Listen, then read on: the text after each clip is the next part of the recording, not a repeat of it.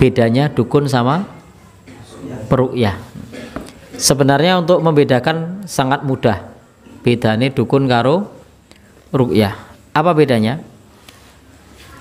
Kalau ruqyah menika membaca ayat-ayatnya kedengaran, seru. Nek dukun komat kamit. Nah, dukun komat kamit. Nek ruqyah terdengar. A'udzubillahi minasyaitonirrajim, terdengar. Kalau dukun nah, tidak kedengaran ya. Tapi dia bacaannya tidak kedengaran. Kemudian kalau peruqyah itu tidak mampu melihat bangsa jin. Jadi ditanya, "Sik nempel tenggen kula niku napa tatat?" Nah, aku ya ora ngerti. Ah, berarti dia peruqyah. Nah, saya hanya melihat ciri-ciri koyo niki le nyakar-nyakar iki koyo ni macan iki. Nah, maka dia mesti peruqyah yang benar. Tapi kalau kemudian dia mengatakan, "Saya kena apa ini?" Dalam tubuhmu itu ada harimaunya.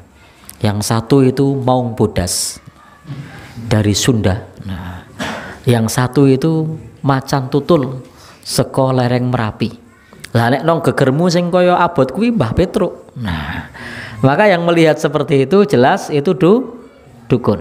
Ya, ustadz atau peruqyah tidak bisa melihat jin.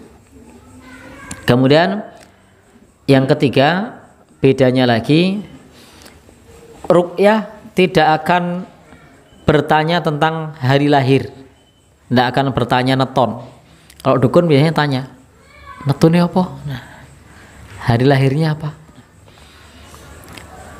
Kalau peruqyah paling banter tanya namanya siapa. Nah, itu peruqyah. Loh kok takon jenenge kenapa? Nanti nek kesurupan le nyadarke kan diceluk jenenge. Nah, jadi paling banter tanya sebelum ruqyah, asmane sinten? Kula Heri. Nah, begitu di ruqyah ternyata kok nguling-nguling macam-macam toh, gedabikan. Emang ilustrasi loh Mas Heri. Nah, maka cara menyadarkannya panggil Mas Heri, sadar, gitu kan. Nah, tapi tidak perlu ditanya netune apa Mas. Nah, Setu Kliwon. Nah, jam piro? Esuk apa sore? Nah, bar subuh. Oh ya, aman. Nah, misalnya omong ngono kuwi ya berarti dukun. Wah, iki anu iki. Sadurunge maghrib, wah wingit iki. Nah, maka ini ciri khas dukun. Kemudian ustadz itu tidak sakti. Jadi ustadz tidak sakti, ora iso nerawang. Nek mengatakan mengke kula terawang saking dalem. Nah, maka itu jelas dukun. Karena ustadz tidak bisa nerawang. Nek nggo terawang-terawangan barang dukun.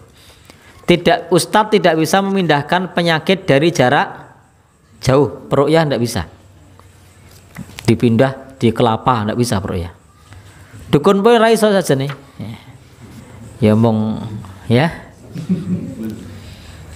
Maka kalau ada yang model begitu niku jelas dukun. Apalagi bedanya? Ustadz tidak minta syarat yang aneh-aneh. Kalau dukun minta syarat si aneh-aneh. Contohnya tadi nyembeli hewan. Kemudian apa lagi? Balik-balik ayat Al-Quran. Harus ada yang digantung, ada yang ditimbun, dan seterusnya. Kalau ruqyah tidak pakai yang semacam itu. Gampangan nek pengen tahu dia dukun atau bukan, kasih pertanyakan jebakan. Nah, apakah jenengan bisa ngelihat yang nempel di tubuh saya? Kalau dia bilang bisa, dukun. Nah, jadi pertanyaan jebakan. Tanya saja misalnya, apa bisa memindahkan penyakit? Kalau dia bilang bisa, dukun. Nah, tanya saja kepadanya, apakah bisa mengetahui sesuatu dengan mata batin? Kalau dia bilang bisa, maka dukun. Jangan bilang jenengan dukun. Nah, boten. Nah, jadi kasih pertanyaan-pertanyaan yang seperti itu. Apakah Bapak kebal bacok? Oh iya ini biyen latihan nih. Nah, wis diisi. Nah, gotri misalnya. Nah, niku berarti dukun. Karena peruqyah itu tidak kebal.